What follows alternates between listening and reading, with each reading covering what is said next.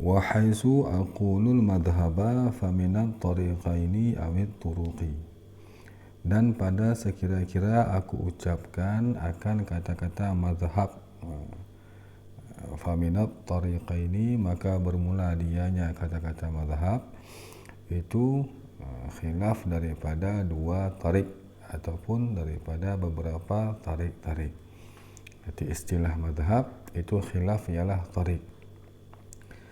Apa itu tarik ataupun turuk? Wahya ikhtilaful ashabi fi hikayatil madhhabi, dan bermula dianya tarik ataupun turuk itu ikhtilaf, beda pendapat para sahabat Syafi'i dalam menghikayahkan madhab, dalam menghikayahkan pendapat yang kuat di dalam madhab Syafi'i. Contoh ikhtilaf hikayahnya ka'ayyuhkiya ba'duhum fil mas'alati qawlaini au wajhaini liman taqaddama. Seperti bahwa menghikayahkan oleh sebahagian ashab dalam satu masalah akan dua qaul. Berarti dhamirhum pada ba'duhum itu kembali kepada ashab. Maksudnya ashab mutaqaddimin. Arti ashab mutaqaddimin, arti golongan-golongan sahabat-sahabat Imam Syafi'i yang jarak mereka tidak jauh daripada Imam Syafi'i, seperti murid beliau sendiri dan yang sesudah mereka. Seperti bahwa menghikayah oleh sebahagian mereka ashab mutaqaddimin dalam satu masalah yang Imam Syafi'i sampaikan sebuah hukum akan dua qaul. Berarti sebahagian daripada sahabat mutaqaddimin mengatakan Imam Syafi'i pada masalah ini contohnya itu berpendapat dua qaul. Manakala pendapat pertama Imam Syafi'i mengatakan wajib pada masalah ini, dan kali kedua beliau mengatakan sunat pada masalah ini juga, masalah yang sama. Ataupun diatafkan kepada yuhkiyah ataupun menghikayah oleh sebahagian mereka ashab. Itu maksudnya ashab mutaakhirin. Akan apa dihikayahkan? Akan dua wajah, dua pendapat. Dua pendapat milik siapa? Liman taqaddama, dua pendapat bagi siman-siman yang telah dahulu Yaman, maksudnya mutaqaddimin. Berarti kita pahami di sini bahwa bentuk khilafiyah mazhab ada kalanya khilafiyah para sahabat mutaqaddimin dalam menghikayahkan pendapat khilafiyah pendapat Imam Syafi'i. Maka nanti bentuk khilafiyahnya ialah qaul yang mereka hikayahkan, qaulnya Syafi'i. Dan boleh juga mazhab ini merupakan khilafiyah dalam hikayah yang menghikayahkannya ialah para sahabat mutaakhirin. Yang mereka hikayahkan ialah pendapat daripada man taqaddama ataupun mutaqaddimin maksudnya. Maksud man taqaddama itulah mutaqaddimin. Nanti ada dua generasi dalam istilah khilafiyah mazhab ini.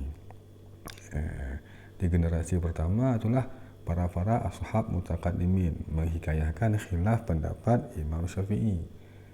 Generasi yang kedua ialah para ashab mutaakhirin menghikayahkan khilaf pendapat daripada ashab mutaqaddimin.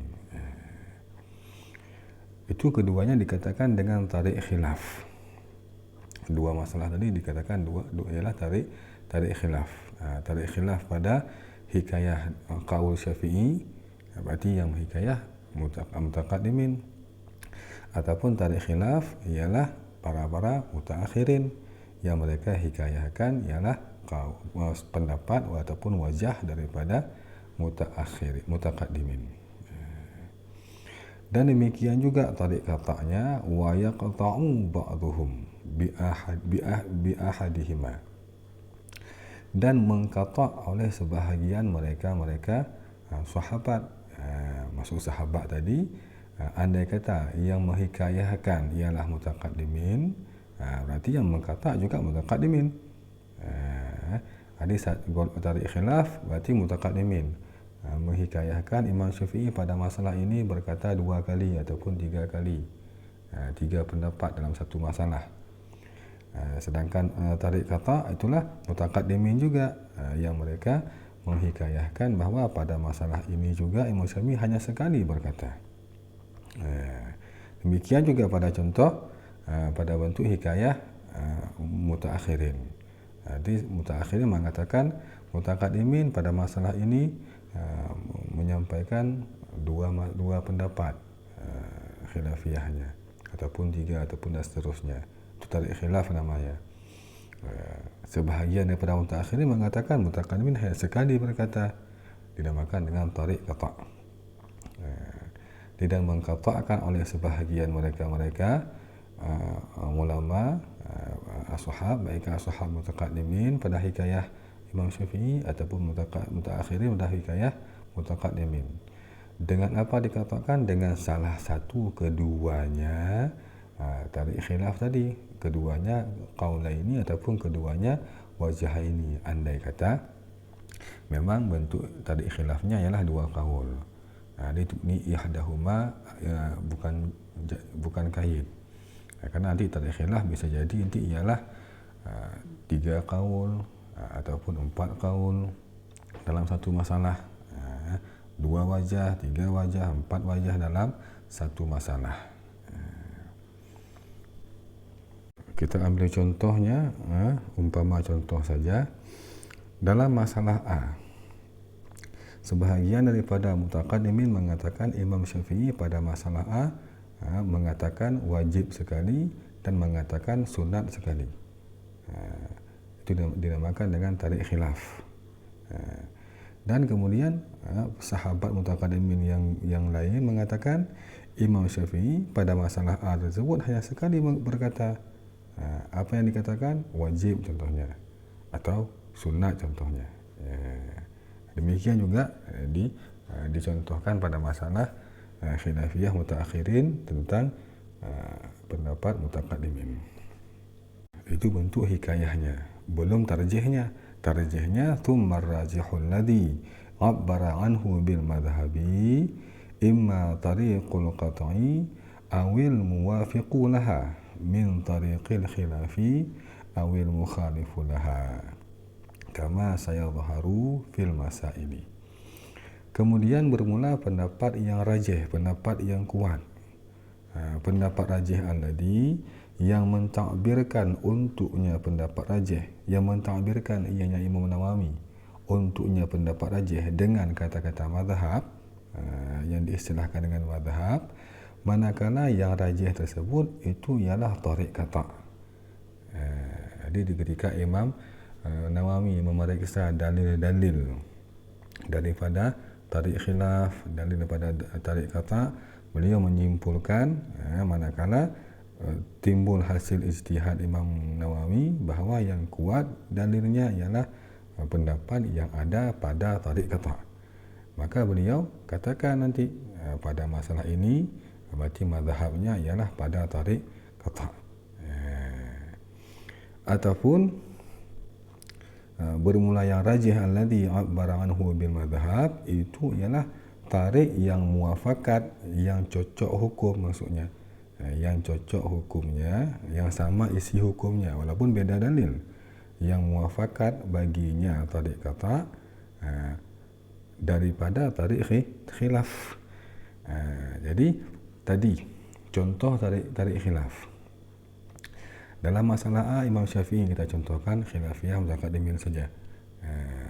Dalam masalah A, Imam Syafi'i mengatakan sekali wajib, sekali sunat. Itu tarik khilafnya. Kemudian tarik katanya Imam Syafi'i kita contohkan, beliau katakan ialah wajib. Jadi hukum wajib pada masalah A ada pada tarik khilaf, ada juga pada tarik qata'. Jadi andai kata Imam Nawawi mentarjihkan pada tarik qata', selesai. Jadi pendapat mazhab berada di tarik qata'. Dan manakalanya nanti ada juga ditarjihkan oleh Imam Nawawi di ketika beliau periksakan dalilnya, ialah yang kuat ialah wajib, pendapat yang wajib yang ada pada tarik khilaf. Pendapat yang wajib yang ada pada tarik khilaf itu dinamakan pendapat mazhab yang berada pada tarik khilaf yang muwafiq hukumnya bagi tarik qata'. Maksud muwafiq, hukum sama-sama wajib. Di tarik qata' ada wajib, di tarik khilaf juga ada wajib. Cuman wajib pada dua sisi ini, pada dua tarik ini, itu ialah beda dari sisi dalil. Beda dari sisi dalilnya. Jadi Imam Nawawi memeriksa dalil setiap pendapat tersebut. Mana yang kuat dalil, di situlah beliau tarjihkan dengan mazhab. Jadi manakala bahwa mazhab tersebut ialah pada itu yang pada tarik yang muwafiq baginya tarik qata' daripada tarik khilaf. Jadi posisinya pada tarik khilaf. Ataupun kebalikannya, ataupun bermula rajih alladhi abara anhu bil madhab, itu tarik yang mukhalif. Yang mukhalif baginya tarik qata'. Jadi contoh tadi ialah pendapat A, Imam Syafi'i mengatakan wajib atau sunat dan sunat. Sedangkan pada tarik qata' Imam Nawawi mengatakan contohnya wajib. Jadi manakala nanti ada juga terjadinya mazhab pada pendapat yang sunat, pada tarik khilaf. Jadi maka dikatakan mazhab berada pada tarik khilaf yang hukumnya sunat, yang mukhalif hukumnya pada dengan tarik qata'. Kerana tarik qata' ini contohnya ialah wajib hukumnya. Pada tarik khilaf ada wajib, ada sunat. Yang wajib dinamakan tarik yang muwafiq bagi tarik qata', yang mukhalif, yang sunat dikatakan tarik yang mukhalif bagi tarik qata'. Demikian juga jika dicontohkan pada hikayah khilaf mutaakhirin pada pendapat mutaqaddimin. Kama saya zaharu, semua tersebut sebagaimana barang-barang yang akan tampaklah hadiahnya pada segala masalah-masalah. Nanti ke depan pada contoh-contoh di kitab akan tampak, akan dijelaskan oleh syarih di mana posisi duduknya mazhab. Dari segi matan tidak akan kita dapat ini mazhab pada tarik qata' ataupun pada tarik khilaf yang muwafiq tarik qata' ataupun yang mukhalif tarik qata'. Dari segi matan tidak dapat, tapi dapat kita fahami dalam syarah nanti di mana posisi mazhab tersebut. Nanti silakan dipantau pada contoh-contoh, insya-Allah nanti akan kita bahas di ketiga pada contohnya masing-masing. Wa ma qila min anna muradahu al-awwalu wa annahu al-aghlabu mamnu'un. Dan bermula barang-barang yang dikatakan orang. Di pendapat daripada Imam Asnawi. Masuk qila itulah Imam Asnawi. Dan bermula barang-barang yang dikatakan akan yama daripada sesungguh maksudnya Imam Nawawi dengan kata-kata madhab, itulah tarik yang pertama, tarik qata'. Jadi ada yang mengatakan bahawa setiap Imam Nawawi mentakbirkan dengan madhab itu ialah tarik qata' sudah pasti. Wa annahul aghlabu, dan sesungguhnya yang pertama itulah yang paling ghalib. Ini memang kata qila bahawa tarik qata' itulah yang madhab. Jadi kata-kata qila tersebut itu mamnu'un, itu yang tertegah. Kenapa tertegah? Nanti ketika dijabarkan oleh syarih banyak terletak tarik mazhab bukan pada tarik qata', tapi pada tarik khilaf. Wa haitsu aqulu nassa, dan pada sekira-kira aku katakan, kata Imam Nawawi akan kata-kata nas. Ini terkhusus pada istilah kata-kata nas. Ini istilah nas, bukan mansus. Mansus bukan. Karena nanti ada juga kata-kata mansus seperti kata-kata asah mansus. Itu asah mansus dia punya dua pengertian. Manakala maksud daripada as-sahih mansus ialah pendapat yang rajih menurut Imam Nawawi. Satu, pengertian yang pertama. Ataupun maksud daripada kata-kata as-sahih mansus ialah sebuah pendapat yang para sahabat Imam Syafi'i pada satu masalah mereka tidak mendapatkan pendapat Imam Syafi'i pada masalah tersebut. Apa hukumnya? Sehingga mereka berijtihad. Maka kita fahami bahawa yang berijtihad ini itulah para mujtahid fatwa ataupun para mujtahid mazhab di dalam mazhab Imam Syafi'i. Jadi mereka berijtihad tentang hukum yang tidak mereka dapatkan pada kalam Syafi'i tentang satu masalah. Kemudian setelah mereka berijtihad, mereka mendapatkan hukum contohnya wajib. Setelah muncul hukum wajib, maka tiba-tiba bisa dikatakan bahawa para sahabat mereka belum habis memeriksa kalamnya Syafi'i. Ternyata pada masalah itu Imam Syafi'i sudah pernah berpendapat hukumnya juga wajib. Tapi di ketika para ashab tadi berijtihad, mereka belum mendapatkan nas Imam Syafi'i tentang wajib tersebut pada masalah tersebut, pada masalah A contohnya. Maka ijtihadnya para sahabat tentang hukum yang belum mereka dapatkan nasnya Syafi'i dan kebetulan juga hukumnya sesuai dengan nas Syafi'i, itu dinamakan dengan as-sahih mansus. As-sahih pendapat ijtihad sahabat, mansus yang cocok dengan nas Syafi'i. Bukan berarti mereka sesudah ada nas mereka ijtihad lagi, bukan.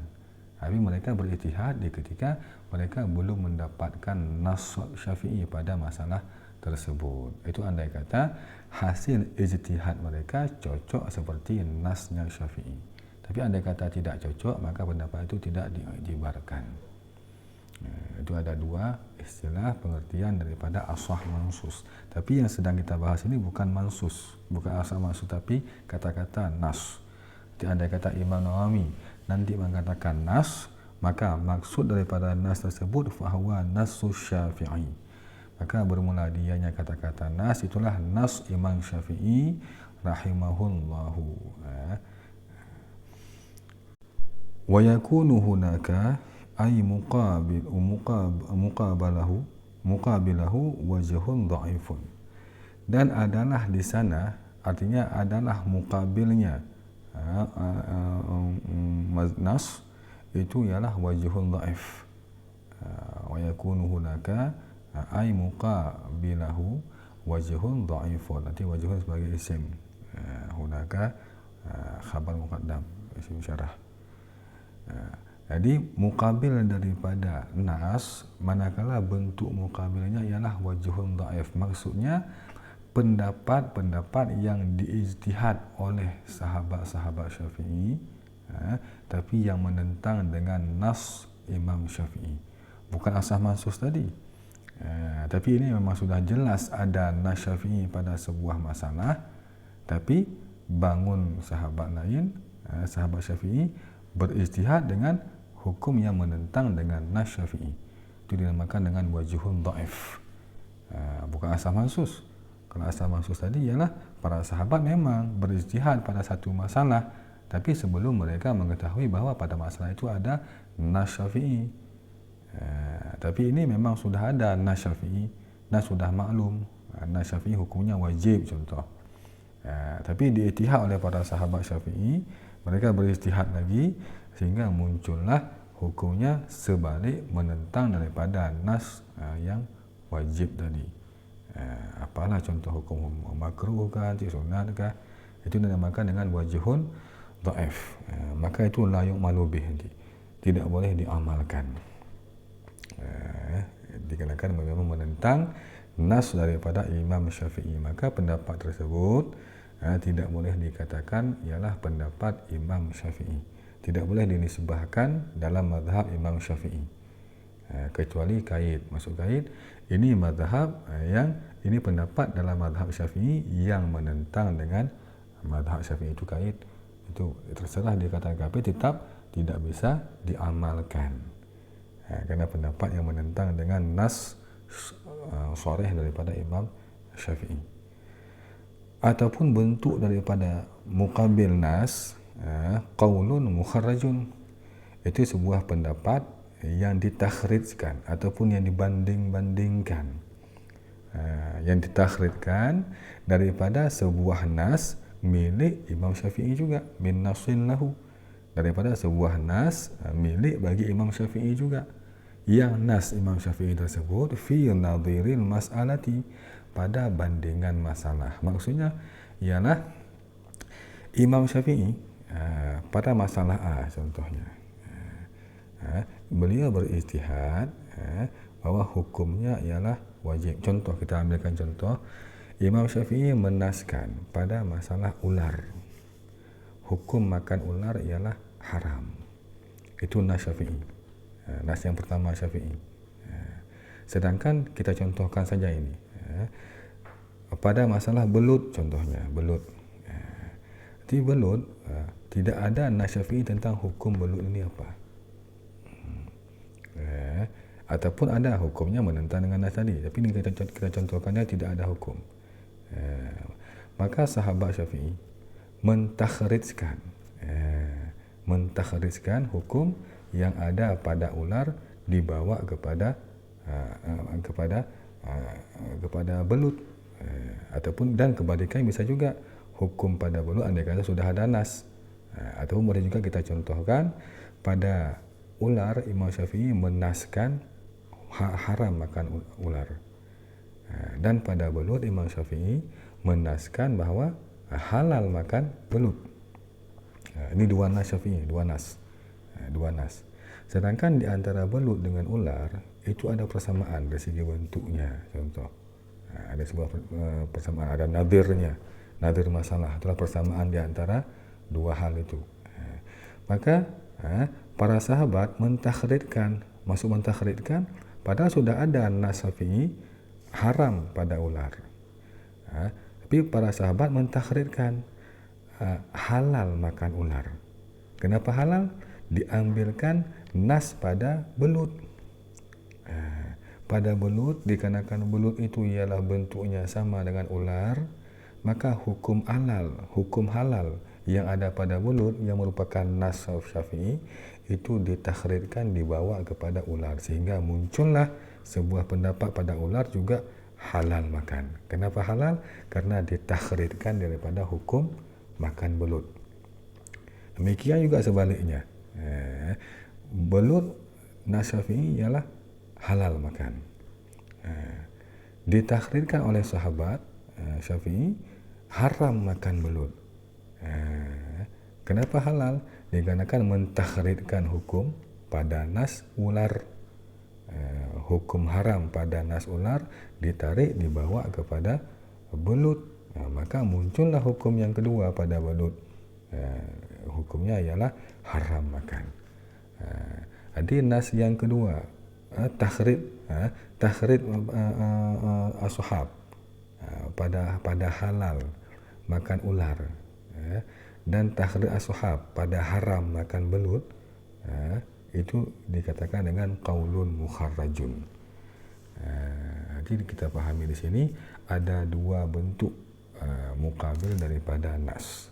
Yang kedua-duanya itu apalah bentuknya, baikkah wajhun dhaifkah ataupun qaulun mukharrajun kan, la yu'malu bihi, tidak diamalkan dengannya tiap-tiap wajhun dhaif ataupun qaulun mukharrajun, dikarenakan semuanya itu menentang dengan nas Imam Syafi'i. Wa haitsu aqulul jadida fal qadimu khilafuhu awil qadima aw fi qaulin qadimin fal jadidu khilafuhu. Dan sekira-kira aku katakan akan jadid, qaul jadid, fal qadim, maka bermula qaul qadim itu lawan daripada qaul jadid. Dan sekira-kira aku katakan qaul qadim ataupun aku katakan fi qaulin qadim, walaupun dalam kitab ini tidak didapatkan kata-kata qaulin qadim, tapi andai kata ada daripada kitab-kitab Imam Nawawi yang lain, maka maksud daripada qadim ataupun fi qaulil qadim, maka bermula qaul jadid itu lawan daripada qaul qadim tersebut. Yang diamalkan ialah qaul jadid, yang kuatnya ialah qaul jadid, kecuali nanti pada beberapa masalah-masalah yang ditarjihkan qaul qadim. Wal qadimu ma qalahu Syafi'i radhiyallahu anhu bil Iraqi. Dan bermula qaul qadim, pendapat qadim itulah pendapat-pendapat barang-barang yang berpendapat akan ianya oleh Imam Syafi'i radhiyallahu anhu pada ketika beliau berada di Iraq. Itu pendapat-pendapat qadim, pendapat yang beliau utarakan di saat beliau berada di Iraq. Dalam hasyiah Qulyubi dikatakan wa kadza ba'dahu, dan demikian juga qaul yang beliau sampaikan sesudah di Iraq, qabla, sebelum beliau masuk negeri Mesir. Intinya pendapat-pendapat qadim ialah pendapat-pendapat yang beliau ucapkan sebelum beliau berada di kota Mesir, baikkah di Iraq ataupun di kota-kota yang lain sebelum beliau masuk kota Mesir. Walam yastaqirra ra'yahu alaihi fiha, dan di ketika beliau masuk kota Mesir dan tiada menetapkan dia Syafi'i akan pendapatnya Syafi'i atasnya qadim di negeri Iraq, dan di saat beliau sampai di negeri Mesir, fiha, negeri Mesir, dan pendapat-pendapat qadim yang beliau sampaikan di luar kota Mesir, di saat beliau sampai kota Mesir, pendapat tersebut tidak beliau pakai lagi, maka itu dinamakan dengan qaul qadim. Bahkan berkata oleh Imam Haramain, tidak halallah menganggap qaul qadim sebahagian daripada mazhab Imam Syafi'i selama tidak ada nas, yang menunjuki bahawa itu masih digunakan, tidak ada nas Imam Syafi'i sendiri, ataupun selama tidak ditarjihkan oleh orang-orang yang ahli tarjih daripada sahabat-sahabat Syafi'i. Tapi andai kata ada sahabat-sahabat yang mentarjihkan bahawa qadimlah yang kuat, seperti nanti akan kita dapatkan sekitar 50 tempat, itu maka qaul qadimlah yang diamalkan. Dan bermula yang masyhur daripada orang yang meriwayatkan qaul qadim itu ada 4 orang yang masyhurnya. Itulah Imam Karabisi, Imam Za'farani, Imam Abu Sur, dan Imam Ahmad bin Hanbal, Imam Hanbali. Itu mereka-mereka para perawi qaul qadimnya Imam Syafi'i. Jadi kita simpulkan bahawa qaul qadim ialah qaul-qaul yang Imam Syafi'i sampaikan sebelum beliau masuk kota Mesir, dan di saat beliau sampai kota Mesir, pendapat tersebut tidak digunakan lagi. Sedangkan jadid, wal jadidu ma qalahu bi Misra, dan bermula qaul jadid itulah barang-barang yang berpendapat dianya Syafi'i akan Yaman di saat beliau berada di kota Mesir. Dan dalam Qulyubi juga di dalam artinya sudah masuk kota Mesir, ataupun pendapat-pendapat yang beliau tetapkan pendapat tersebut di atas kota Mesir walaupun beliau sudah berpendapat di kota Iraq. Jadi pendapat jadid ialah pendapat yang beliau utarakan di kota Mesir, baikkah pendapat tersebut ijtihad baru beliau, ataupun pendapat tersebut pendapat yang sudah pernah beliau sampaikan di ketika beliau belum masuk di kota Mesir, tapi di kota Mesir beliau masih menggunakan pendapat tersebut. Itu juga dikatakan pendapat jadid juga. Dan para perawi yang masyhur daripada pendapat jadid itu 4 juga: Muzanni, Buwaiti, Rabi' al-Muradi, dan Rabi' al-Jaizi. Dan sebahagian daripada perawi jadid juga ialah Harmalah dan Yunus bin Abdul A'la dan Abdullah bin Zubair al-Makki dan Muhammad bin Abdullah bin Abdul Hakim, yang kuburan Imam Syafi'i berada di rumah Muhammad bin Abdullah tersebut, yang sekarang berada di dalam masjid di kota Mesir, ya. Dan ayah beliau juga termasuk perawi daripada pendapat-pendapat jadid. Wal amalu alaihi, dan bermula yang diamalkan di antara jadid dan qadim itu sabit di atasnya pendapat jadid. Jadi pendapat yang kuat antara jadid dan qadim itulah pendapat jadid. Illa fima yumbihu alaihi ka imtidadi waqtil maghribi ila maghribis syafaqil ahmari fil qadimi kama sayati. Jadi dan bermula yang diamalkan itu sabit di atas qaul jadid kecuali pada barang-barang yang memberitahu dianya Nawawi atasnya barang. Jadi kecuali nanti ada beberapa pendapat-pendapat yang tidak diamalkan dengan pendapat jadid, tapi diamalkan dengan pendapat qadim. Dikarenakan Imam Nawawi sesudah memeriksa dalil-dalilnya, beliau mentarjihkan pendapat qadim tersebut. Seperti contoh ialah panjang waktu maghrib hingga terbenam syafaq yang merah pada qaul qadim. Sedangkan qaul jadid waktu maghrib hanya sebatas 5 rakaat sembahyang. Dia berwudu, menutup aurat, sembahyang 3 rakaat maghrib, sembahyang ba'diyah 2 rakaat maghrib, habislah waktu maghrib menurut pendapat jadid. Jadi sangat sempit waktu maghrib pada qaul jadid. Di Imam Nawawi menterjihkan qaul qadim. Sedangkan qaul qadim waktu maghrib ialah mulai daripada terbenamnya matahari hingga hilangnya syafaq yang merah. Dia agak panjang, kurang 1 jam. Kama sayati, sebagaimana barang yang akan datanglah ianya ma. Wa haitsu aqulu wa qila kadza fa huwa wajhun dha'ifun wa sahihu awil asahu khilafuhu. Wa haitsu aqulu wa fi qawlin kadza farrajihu khilafuhu. Wa yatabayyanu quwwatul khilafi wa dhu'fihi min mudrakihi. Dan sekira-kira aku katakan waqila kadza, waqila pulang-pulang isinya. Di istilah waqila.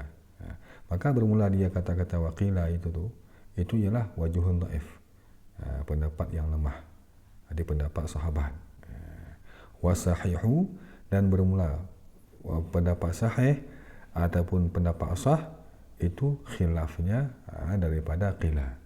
Jadi jika ditakbirkan nanti dengan kata-kata qila, jadi manakala pendapat kuatnya ialah sahih ataupun pendapat kuatnya ialah asah. Jadi untuk kita ketahui kan, qila ini muqabil siapa? Muqabil asahkah? Muqabil sahihkah? Kita lihat saja dalilnya si qila ini bagaimana. Jika dalil si qila ini kuat, dalam artian kuat, susah untuk dirobohkan, dan terkadang-kadang dalilnya cocok dengan logika kita, maka qila ini jelas dia muqabil asah. Tapi andai kata dalil si qila ini lemah, dalam artian mudah ditolakkan, dan memang sangat tidak cocok dengan logika, maka si qila ini ialah muqabilnya si sahih. Itu untuk kita tanda saja qila ini muqabil siapa dia. Walaupun dalam matan Imam Nawawi tidak menjelaskan siapa muqabilnya, tapi bisa dilihat daripada dalilnya qila jika disebutkan dalil. Tapi andai kata tidak disebutkan dalil, maka dia akan mubham. Qila ini pendapat muqabil siapa, asahkah ataupun sahih. Tapi yang jelas qila ini pendapat yang lemah. Cuma itu untuk sekedar kita ketahui saja bahawa qila ini muqabil siapa. Itu periksalah dalilnya si qila. Demikian juga wahaisu, dan sekira-kira aku katakan wa fi qaulin kada, wa fi qaulin, maka farrajih khilafu, maka bermula yang kuat itu sebaliknya daripada qaulin. Arti qaulin itu pendapat Imam Nawawi, Imam Syafi'i. Maka dikatakan fi qaulin, maka jelaslah muqabil daripada qaulin. Jika bukan azhar pastilah masyhur. Jika bukan azhar pasti masyhur. Itu muqabil qaulin. Seperti yang tadi juga, jika kita ingin mengetahui si qaulin ini, fi qaulin ini muqabil siapa? Muqabil azharkah? Muqabil masyhurkah?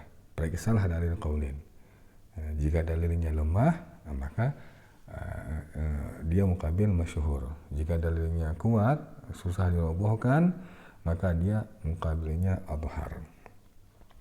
Itulah wa yatabayyanu, dan jelaslah kuat khilaf dan dhaifnya khilaf daripada dalilnya si qaulinkah ataupun si qila tadi.